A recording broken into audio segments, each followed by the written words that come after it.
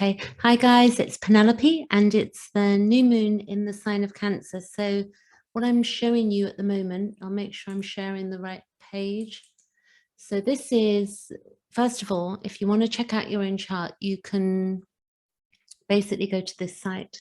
So it's horoscopes.astro-seek.com and you can get your birth chart and look at it there, but you do need your time of birth because without it you're not going to be able to know your rising sign. And the rising sign, for instance, I'm 27 degrees Scorpio and everybody's rising sign is going to be different if they're born on the same day, unless they're born at the same time and in the same place. So do make sure you sort out your time when you're looking at your own astrology. Now, we have this new moon. It was earlier, it was actually 24 hours ago, but it's still the day of the new moon in some places. So if you're in the USA, you're in the same time period, and in the UK it was 24 hours ago, but I still wanted to get this video out and have a look at what it means for us because there's some stuff going on. So if you can see here, I do want to point out as well that that's here is, you can see it's Pluto. So if I get the pointer spotlight, you can see Pluto. So the last time Pluto was there was it was in 1776 when the formation of the U.S.A, 4th of July. And it's hovering on, if each country has a birth chart, so time of conception of a country as an example.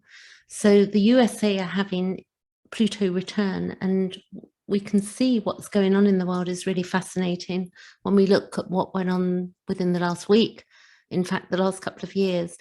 So as Pluto, if you look over here with my pointer, you can see Pluto is at 27 degrees.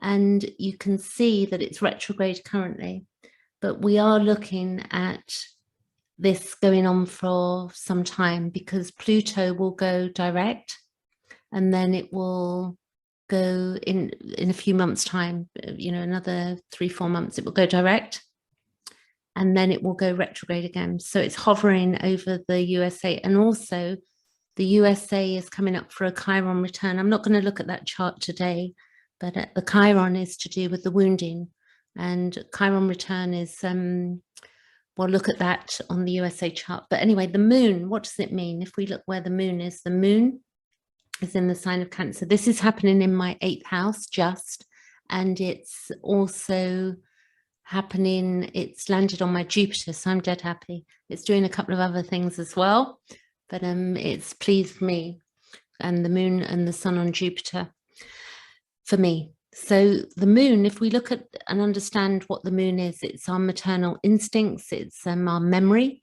you know, maybe memories that we can't even remember, that we hold in the body, in the water of our body. It's our moods, it's our nourishment, it's nurturing, it's cycles. If you think of the moon, it goes in cycles. It's every 28 days. It's to do with our emotions and our emotional responses. It's the feminine, and it's very interesting actually that this has fallen in the sign of Cancer with the news of the rights of women to their bodies and etc. I won't go into that because it's very touchy for some people, but like, you get the idea there maybe. We've got the feminine side of the self, and the feminine is the masculine, the yin yang, and the female has both, and so does the masculine, the male. It's to do with our food, it's fluctuations like the tides, it's our habits, it's also our instinct, and it's our home, you know, our inner world and the world that sometimes people don't see. We've got security, it's to do with the stomach, it's to do with our subconscious, it's also to do with our unconscious responses, that's a long-term memory if you get, and then the belonging and our inheritance, you know, with our ancestors and things. So it's very beautiful. And if you think that if we go back to the beginning of time, I don't know when that would have been, but you can have an idea. If we went back before all electricity, before anything had been invented that was electrical, you can imagine that the moon, you know, would have been a guide and to the seasons and what was going on and the tides and all sorts of things. And it's amazing that it is connected to the water as well. And the moon with our, you know, it can be creative as well. It's where we're protective and sensitive and can be home loving in the sign of Cancer, and also adaptable sense of self. And it's our inner contentment. But we also have that where we can be irrational with the moon, and where we can be unreliable because of our moods and feeling insecure, inhibited, and also feeling, you know, it's feelings. So feelings run us, they drive us, and this is what the moon is doing at the moment. It's a new moon. So when the moon is conjunct, the sun is conjunct the moon, it's a new moon, and it brings in individuation, and then it's also our emotions. And at the new moon, we're basically in harmony. We're more in harmony. We're planting a seed. We're more in harmony with our inner selves. And I find that in a full moon, I go, you know, we can go a bit, it can be a bit egotistical. It's a fullness of something. But with a new moon, it sort of can quiet us down, but we feel it. And it's where we can express our emotions as well. And it can also, we can also become quite narrow-minded also with the sun conjunct the moon. And the sun, I'm going to go over to solar fire in a moment. We'll just look at this and then we'll go over. But also, if you look, sorry, you see the adverts there. Thank you to Astrology for these charts, because they're fantastic. So you can actually draw up a chart for this, you know, what's going on. It's quite beautiful. Mercury and Gemini. So if you see here, we've got the sun and the moon in Cancer, and then Mercury is in Gemini and Venus is in Gemini. It's just moved in a few days ago. It's 7 degrees. And then Mars and Jupiter in the sign of Aries. And then we've got Saturn in Aquarius. Uranus is in Taurus. The last time Uranus was in Taurus, actually where it is now, was in the Second World War. So actually, would it have been 2022 minus 84 years, 1938, roughly. That's, you know, what's going on. So we can see the themes that are playing out there that, you know, we're looking at with Uranus in Taurus. We're looking at our resources, we're looking at money, and we're looking at, because it is in Taurus in the second house, it's our inner needs inwardly. And we can see that there's a lot of shocking things going on, and we have to watch out for foods at the moment. I've been basically stocking up on some cans. I don't eat canned food, I eat fresh foods. However, you know, I love fruit and I love vegetables and stuff. However, we can see that there are issues around transportation and food resources and prices going up. So even if the resources are there, the prices are going up quite substantially. You can see that with fuel as well. And it's something that we need to be aware of, that, you know, do look at that. We don't want to go panic buying, but we want to be able to look at, what do I need? You know, I've now sorted out, you know, I've got enough food in the house, for instance, canned food, no luxuries, so to speak, but for 60 days, I have foods that I could eat every day that are organic stuff. I don't want to go on off on a nutrition talk, but organic, with some organic grains, quinoa I prefer rather than rice. That's just me. And I've, you know, got that in stock. So be aware that we can do this if you need to go and get stuff that's canned, but you do need to check the dates on the cans, okay? So then we got the going off there on Uranus and foods, and Neptune is in Pisces, and that's stationed to go retrograde as we speak. So we might be feeling that a bit. We've got Pluto retrograde. The North Node is in Taurus, and the South Node, North Node in Taurus, South Node in the sign of Scorpio. And this is our fuel and all of the resources they come from underground, yeah, some of these things, and we're dealing with monetary stuff as well that's pretty heavy. And you can see the node is touching in there. The nodes go around the chart this way, and the planets move around the chart this way, so the moon will go that way, but the nodes go the opposite way. So the node is currently at 20 degrees of Taurus, and then it will go 21, 20, and Uranus is currently at 17. So they are meeting at 18 degrees, but when they meet, Mars is going to be in there as well. I'll show you that on Solar Fire. So let's do that. Go over there. Okay. So I'll get my pointer again. And spotlight. All right. So you can see, this is the same chart that I was just showing you, but this is on Solar Fire, which we can move. So we can look at some dates and understand what dates are taking place. And I wanted to run by what Venus meant as well in the sign of Gemini, because it's there for a little while. So let's look at this. We have, at the moment, we've got the sun is with this full moon, new moon, and sun square Jupiter. And this is where we're idealistic. And it's also where we can be, let's see, well, we're willing to make sacrifices. So we can be willing to make sacrifices, but we could be overly optimistic. And there is, if you've got this sun square Jupiter, it's about, you know, where one likes to travel as well. And it's where we don't want commitment with that, if we have that in our chart. So if you look at the sun and you look at the sign of square Jupiter up here, see 7 degrees, and that's 7 up there. So the sun and moon square. And the moon, this can cause us to constantly increasing needs for emotions, care, and comfort. We can feel that.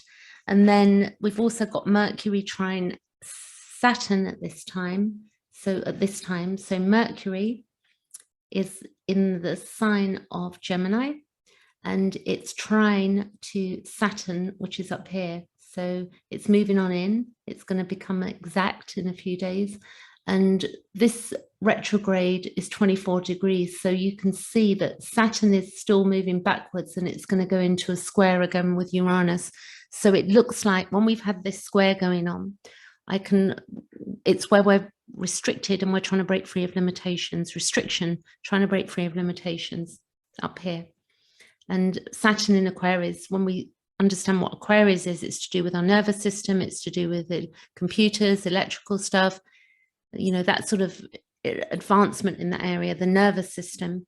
And the ruler, actually, the rulers are of Aquarius, the old ruler is, you know, we've got Saturn and Uranus. We've got Venus sextile to Jupiter at the point of the new moon, and it's harmonious and kind and cordial. And also we've got Mars sextile Saturn at this time. So Mars, if we look here, is in a sextile to Saturn. So that's 60 degrees apart. And Mars sextile Saturn is where we can, you know, work quite hard without feeling tired. And it's, you know, where we feel like entrepreneurs, because so we're having a bit of a hand there. I do feel that going on at the moment, that, you know, what are the possibilities, like think about what an entrepreneur does. It's like that, you know, they're forward thinking, how am I going to resolve issues? What do I need to get done? What do I need in order to proceed with life and make something work? So Mars sextile Saturn. And then, but at the same time, it's organizational skills, but it can be where we like the stability and security, but we don't like to take risks with it. So, because that can feel like challenging. The Mars square Pluto. So we know Pluto's up here and Mars, and you can see that Mars is moving on in, it's applying, which means that in a couple of days that it's going to be exact in a square. And this is very challenging, this one, because it can make people stubborn, but also we can have other people's feelings with sharp judgment. Now, if we look at with the, was it Roe Wade, I think it is. So if we look at what's going on online at the moment, there's a lot of sharp tongues because people have very differing views. Pluto, birth, death, transformation, transmutation. Mars, that is the ruler of Pluto and Mars, actually. Pluto, Mars go together. Scorpio as well is thrown in there. So when we look at that, it is about, you know, in part, the womb, I would say, with the moon involved there, with that moon, new moon. So we're trying to figure something out. And it's also, we can believe in the absolute truth as well of our own abilities with that. Neptune sextile Pluto, it's harmonious and it's long lasting and it's got peacemaking attitude. It's got a peacemaking attitude. And this is very good for us where we're at. So that's quite useful, this Neptune Pluto thing going on for us. Pluto takes 240 years around the chart, and I think it's 165 Neptune, if could be wrong there, maybe not exact, but when we consider they're really working together for a while, for quite some time anyway, because Pluto will go retrograde back and then it will go forward again. So this is long term. And transformations, this is quite beautiful actually. I've never considered it before if we think about this. So it's harmonious, it's long lasting, and it's got peacemaking attitude. And it enhances peace building and transformative actions on a global scale.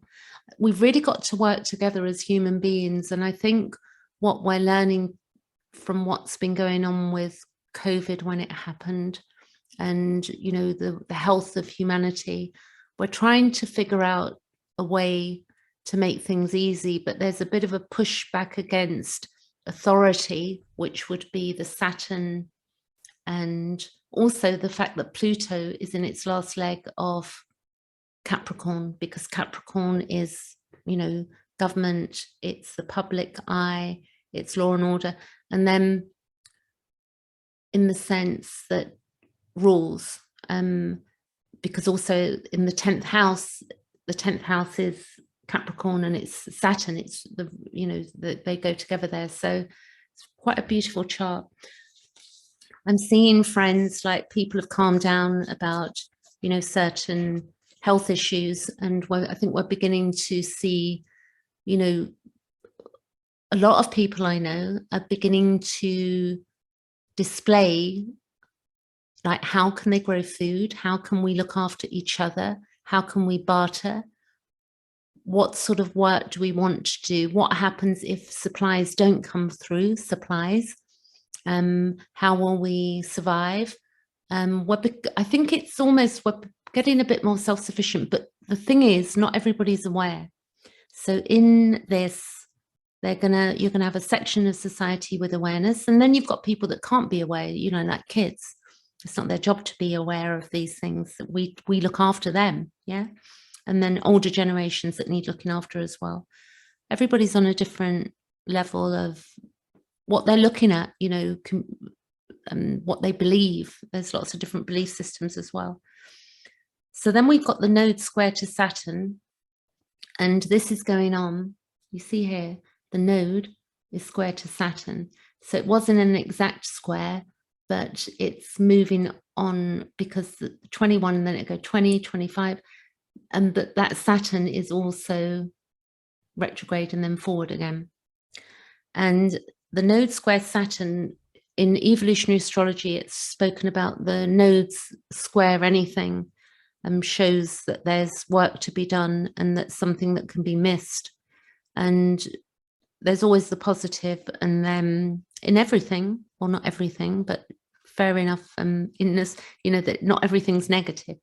Not everything's black and white. And sometimes as human beings, we can look at things as being black and white. We can do it in relationships. We can do it with all sorts of things, you know, even addiction. People will think it's black and white. I can't live without this. I can't do without that. Saying that, I'm on the 2nd of July, 2022, I'm 10 years without alcohol.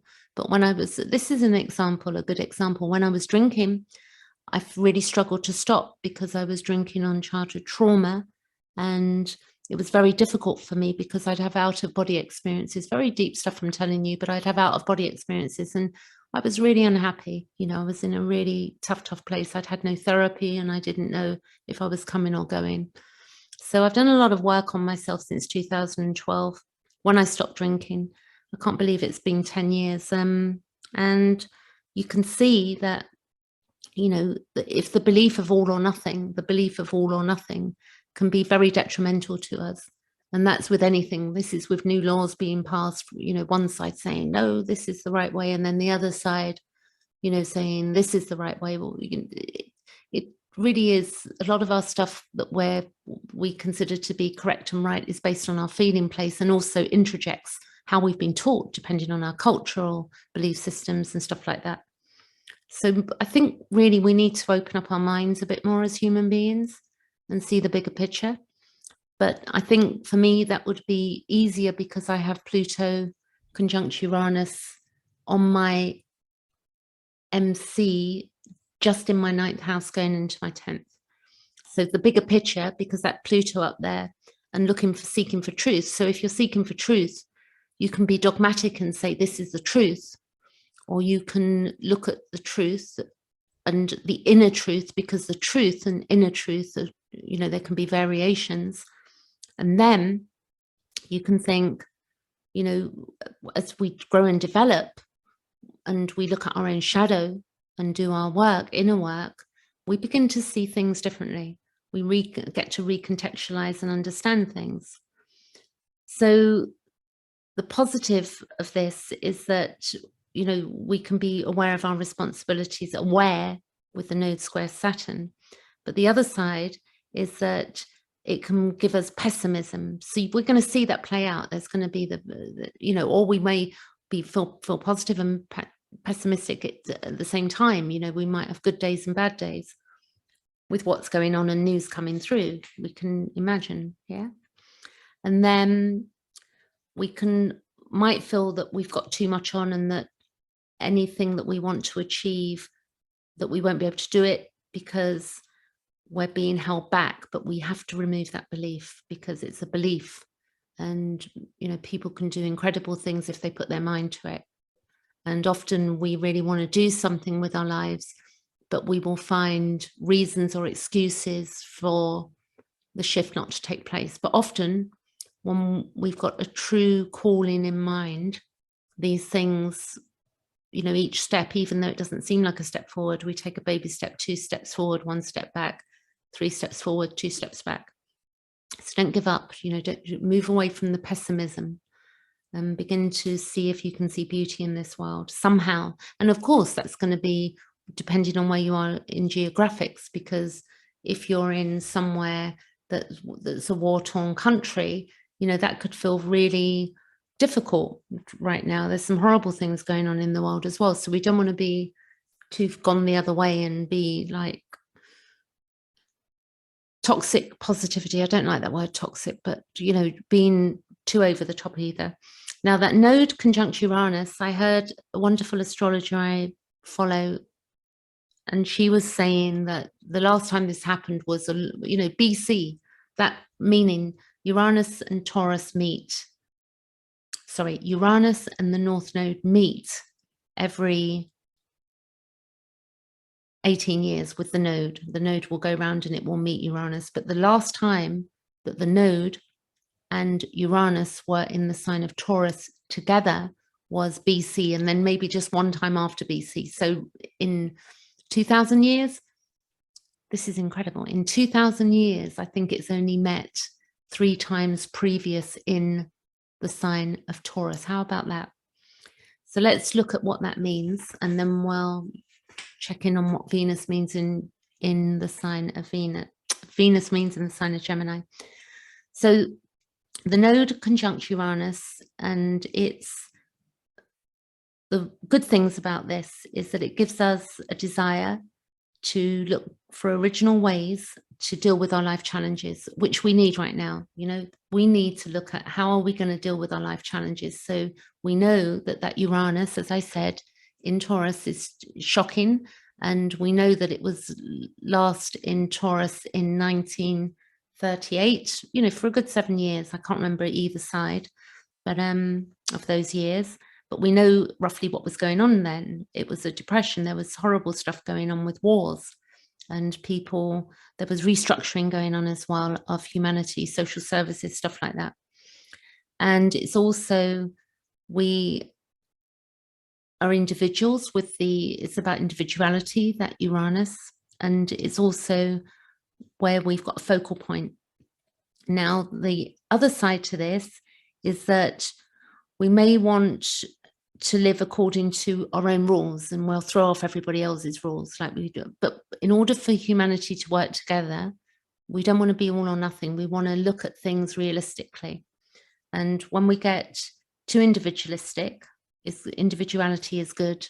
To become individuated is really important in a lifetime. Jung spoke on this. But we don't want to be in a place where we want so much. It's okay to have independence and freedom, believe me. I mean, freedom. And I remember Simon Forster, who taught me a lot of my astrology as well. He said, you know, what does freedom mean to you? He was in a video a few weeks ago. You may follow him as well. What does freedom mean to you? So for everybody, it's going to be something different. What freedom means to me will mean something different to you. And if you ask people, you know, it's not just one thing. For some people, it may be having £100,000 in the bank, and somebody else, it may be having a plot where they grow potatoes and grow veg and are able to get fresh water. So we're all at different levels of ideas around freedom as well. And if we think that we're, you know, really that special, it almost becomes narcissistic when we want so much freedom at the cost of everybody else, that, you know, there's some narcissism in there with that. And we've all got narcissism in us, so it's not about pointing fingers. The moon in Cancer is related to the home and family, and it's also to do with cooking and gardening, and it's also our emotional fluctuations, and it's where we're learning, you know, how to use our emotions. We need to look at that, you know, what are we doing with them? And we don't want to, you know, it can be very rich emotionally, a rich emotional time. So you may have felt that. I felt quite balanced today. I was a bit out of sorts for a few days. I think it's that Neptune that's just going retrograde. So look at this. We have Neptune here. So that's station, CVS. And then we're going to go forward by hours. 1, 2, 3, 4, 5, 6. There you go. Then it's retrograde in about 7 hours time. This is the UK time up here. So that will go retrograde for about 5 months. And I was born with it retrograde. So somehow I feel at home. It's the unveiling, the uncovering, and what we maybe didn't see, we will see. It will become clear. Something's going to become clear. It's like lifting of the veil. Nothing to be afraid of though. Retrogrades, review, rewind, release, relax. Maybe not in that order, but it can feel disconcerting because Neptune is beyond this realm. It's beyond the 5 senses. It's melatonin. It's when we're sleeping. It's very beautiful. It's music, it's art, but it's also drugs and alcohol. So if if you're doing well with stuff like that, don't go dabbling with those things, because particularly if any addictions at this time, you know, and if we go through shortages and money and stuff like that, we need to be looking after ourselves, and we all know what we need to work on. If you need help with these things, you know, addiction, Gabor Mate says, if you look at Gabor Mate, M-A-T-E, look him up on YouTube, and he says it's with trauma. It's not. He says we ask the wrong question. You know, why the addiction? It's like it's not why the addiction. He says, you know, it's why the pain, not why the addiction. It's why the pain. So the moon also, I think we've been over it, but it's security, protection. This is in Cancer. It's to do with family our ancestors, childhood environment, the womb. Very interesting with what's going on right now. Neglect, helplessness, our needs, nurturing, protection, inner, and it's our self-image. It's where we can feel touchy, and it's subjective. And it's also gender roles, husband, wife, stuff like that. So then we've got, let's look at this, 21, we want this to get to 18 and watch Mars there. We're going to go days ahead. So Mars, see here, 5 degrees, 7,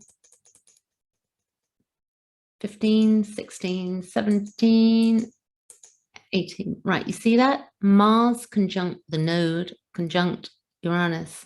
There'll be other things going on that day, so I'm not going to talk about that now, but this is on the 1st of August, which may be 31st of, if we go hours, maybe the 31st of July. There you go, 1, 2, 18. That's the 31st of July at 10 p.m. UK time. So for the USA, that would be your side. So then Venus, and then I'll leave it there for today. If you want your chart looked at, just look at my link below and you can book an hour with me. And if you don't want to do chart work, you want to look at trauma work, complex PTSD, stuff like that, I'm available to that. And I've got a women's female group where I do free meetings twice a week for ladies, because we're dealing with the matters of trauma through childhood and from the feminine. So Venus in Gemini is a need for opportunities to learn. It's sensory stimuli, communicating ideas, relaying knowledge, teaching, writing, spontaneous learning, applying what is learned, and grounding, speaking about or conveying knowledge, entertainment's fun, and a source of knowledge. So there's Venus, 16 degrees. This is actually, that's 31st of them. I've got to go back to do that now, because I'm showing you ahead, and that's the end of July. So I'm going back by hours. I'll be here all night if I do that, or all day. Let's go hours, days. Back. Right, so 27, 28, 29.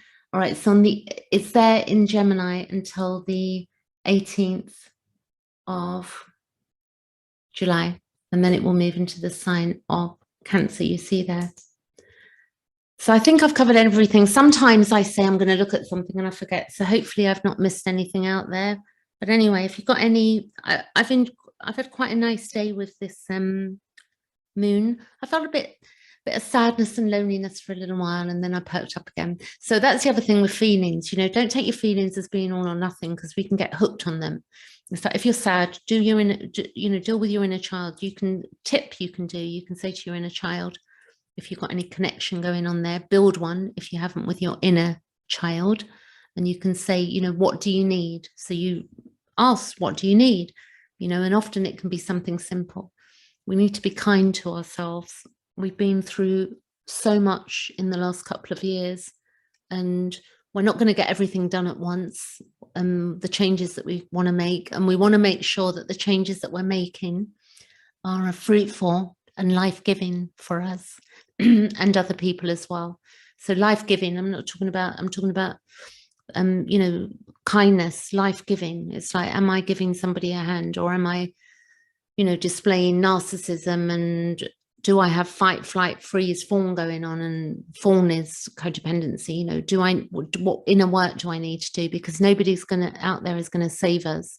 It's a big one that a lot of us are struggling with. And when we have feelings, we can tend to dissociate, and that is not helpful to us. But if we know we're going into dissociation, it's very useful, you know. So this is the whole thing, that the beauty of being human, that we get to objectify by seeing, oh, this is what I feel. This is the beauty of astrology, because you can see, go, oh, okay. It allows us to have a discussion about what is going on inside of us with another human being, or even with ourselves. And Carl Gustav Jung used astrology as well. one of his reasons for falling out with Freud, I have to say, among other things, I think. Anyway, I'm leaving it there. Have a lovely rest of the day. Hope this was great or useful to you.